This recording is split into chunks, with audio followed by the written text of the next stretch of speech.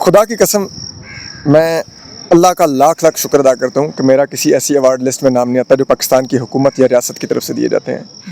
میری نظر میں پاکستانی ریاست کے دیے ہوئے ایوارڈ آپ کے کردار پر سب سے بڑی تہمت ہوتے ہیں اور وہ آپ کے لیے گالی کا درجہ رکھتے ہیں, کیونکہ پاکستانی ریاست ایک انتہائی ڈسکریڈیٹڈ ریاست ہے جو اپنے شہریوں کے خلاف سنگین جرائم میں ملوث ہے.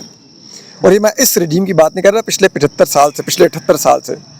تو ایک ایسی ڈسکریڈیٹڈ ریاست سے آپ ایوارڈ لیں گے اور ایک صحافی ایوارڈ لے, تو صحافی کا تو کام ہی طاقتور کے سامنے سچ بولنا ہوتا ہے, حکومتوں کا احتساب کرنا ہوتا ہے, ان کے خلاف خبریں کرنا ہوتا ہے, ان پر تنقید کرنا ہوتا ہے. تو اگر آپ کو وہ ایوارڈ دے رہے ہیں تو اس کا مطلب ہے آپ صحافت نہیں کر رہے, آپ اس حکومت کے ماؤتھ پیس ہیں, آپ اس ریاست کے ماؤتھ پیس ہیں. سفارت خانے سے لے سکتے ہیں؟ بالکل دے سکتے ہیں. السلام علیکم, نادر بلوچ حاضر خدمت ہوں. آج ایک مرتبہ پھر نیشنل پریس کلب کے باہر موجود ہیں اور ستور میرے ساتھ موجود ہیں. بیرون ملک جا رہے تھے اور روک لیا گیا. مجھے تو یہ لگا کہ شاید ان کو ایوارڈ کے لیے روکا گیا.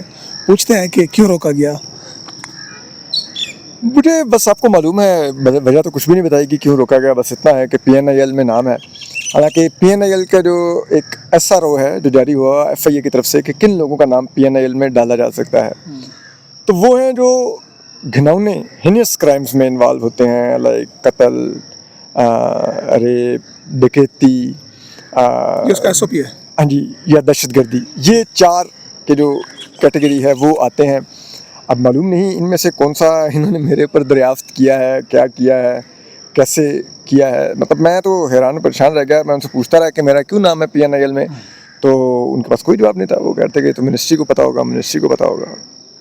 نہیں, کسی کے احکامات پہ ڈالے جاتے ہیں, اس کو کوئی بڑا جواب دہ ہوتا ہے, یا جس کے اوپر آپ یہ الزام لگا رہے ہیں, جس کو ڈال رہے ہیں اس کو انفارم بھی تو کرنا ہوتا ہے نا. ایسے تھوڑی ہے کہ اصولاً تو انفارم کرنا چاہیے, لیکن آپ کو پتہ ہے پاکستانی ریاست جس قسم کی ریاست ہے, میں نے تو 2 دفعہ گزشتہ سال اور اس سال لیٹرز لکھے تمام جو امیگریشن اتھارٹیز ہیں, چاہے پاسپورٹ اینڈ کنٹرول والے ہیں, چاہے یہ FIA والے ہیں, انٹیریئر منسٹری ہے, اور ان تمام کو میں نے 4 اتھارٹیز کو, پولیس کو, ان سب کو لیٹرز لکھے کہ کیا میرا نام کسی بھی قسم کی نو فلائی لسٹ میں ہے تو مجھے بتایا جائے, اور اگر ہے تو کیوں ہے.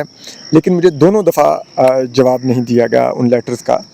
اور پھر اس کے بعد جب میں فائنلی ایئرپورٹ پہنچا تو پھر وہ آپ لوہا پلائی ہوئی دیوار کے پاس بھی گئے تھے, تو انہوں نے کیا جواب دیا؟ جی, وہ جو لوہا پلائی ہوئی دیوار ہے, چیف جسٹس سرفراز ڈوگر صاحب کی, جو اسلام آباد ہائی کورٹ کے چیف جسٹس ہیں, تو وہ بڑے ایک تو مجھے برہم نظر آئے. شاید میری پٹیشن کی ان کو شکل پسند نہیں آئی تھی, یا میں ان کو میری شکل پسند نہیں تھی, یا میری لائر ایمان مزاری صاحبہ کی ان کو شکل پسند نہیں تھی. تو انہوں نے بہت ہی برہمی سے میری پٹیشن سنی, اور وہ حالانکہ میری لائر ان کے پاس 3 سے 4 اسلام آباد ہائی کورٹ کے اور دیگر ہائی کورٹ کے پریسیڈنٹس لے کے گئی ہوئی تھیں, آرڈرز لے کے گئی ہوئی تھیں کہ جس میں میرے جیسے حالات میں پٹیشنر کو ریلیف دیا گیا تھا. تو انہوں نے کہا کہ نہیں, آپ پہلے کیوں نہیں گئے امیگریشن والوں کے پاس, ان کے پاس جانا تھا, اور آپ سٹبرن ہو گئی ہیں. اور پھر انہوں نے یہ کوئی اتنا ضروری نہیں ہے, اتنا آپ کو ارجنسی کیا ہے. تو ایمان نے کہا کہ کل تک کی اسد کے پاس آخری ونڈو ہے, اگر کل تک کا اس کو ریلیف مل جاتا ہے تو وہ کل ٹریول کر سکتا ہے, اس کے بعد ٹریول نہیں کر سکے گا. تو انہوں نے کہا کہ آپ کو اگر کوئی بلا لے تو آپ کا جانا کوئی لازمی ہو گیا کہ آپ جائیں گے. تو انہوں نے کہا کہ دیکھیں, پہلی بات یہ ہے کہ یہ جانے یا نہ جانے کا معاملہ نہیں ہے, یہ فریڈم آف موومنٹ کا معاملہ ہے. میرے جو پٹیشنر ہیں ان کی, یعنی کہ میری فریڈم آف موومنٹ کرٹیل کی گئی ہے. یہ میرا فنڈامنٹل رائٹ ہے جسے کہتے ہیں روکا گیا ہے. تو اس پر انہوں نے کہا کوئی رائٹ نہیں ہوتا. اور ہاں, انہوں نے ایک نئی جورسپروڈنس ایوالو کی ہے کہ اس کا مطلب ہے فنڈامنٹل رائٹس میں شہری کے فریڈم آف موومنٹ کا جو آئین میں درج ہے وہ شاید نہیں ہوتا پھر. تو انہوں نے کہا کوئی یہ نہیں ہے, کوئی رائٹ نہیں ہے اسد کا کہ یہ. اور پھر انہوں نے اٹھا کے میری فائل سائڈ پہ پھینکی, اور انہوں نے کہا کہ ابھی کرنٹ سٹیٹس کیا ہے آپ کے اس کیس کا؟ اچھا, اس میں ایک اور چیز بہت دلچسپ ہے, جو کہ اصولاً یہ ہوتا ہے, روایت جو رہی ہے وہ یہ ہے کہ آپ کا جب اگر آرڈر پہ آبجیکشن سسٹینڈ رہے آپ کی پٹیشن پہ, تو اس میں لکھا جاتا ہے کہ 1 ویک میں آپ آفس سے اپنے آرڈرز, اپنے آبجیکشنز ریموو کروا کے دوبارہ فکس کروا لیں. ٹھیک ہے, اگر کوئی آبجیکشن ہو. ہم نے ان کی آبجیکشن کے عین مطابق ہم نے تمام اتھارٹیز کو تیسری دفعہ لیٹرز لکھ دیے. اور اب جو ہمیں پتہ چل رہا ہے کہ جو ان کا آرڈر شاید آیا ہے اس میں 1 ویک کا کچھ درج ہی نہیں ہے. اچھا, ٹھیک ہے, یعنی کہ اب ہمیں ایک نئی CMA فائل کرنی ہوگی سب سے پہلے اپنے آبجیکشنز کے لیے. پھر وہ CMA میں اگر ہمیں سنا جائے گا اور پھر اگر وہ آبجیکشن ریموو ہوں گے تو پھر اگر ہماری پٹیشن فکس ہوگی تو نہیں کہ انہوں نے مزید پروسیس کو لمبا کر دیا ہے. انہوں نے پروگرام تو آپ کا پروگرام تو بڑھ گیا جسے کہتے ہیں. بڑھ گیا ہوا ہے تو وہ اب ہم جسے کہتے ہیں لگے رہیں گے. اب وہ کھیل آپ چلتا رہے کو افسوس ہوا کہ آپ کا نام ایوارڈ میں نہیں آیا؟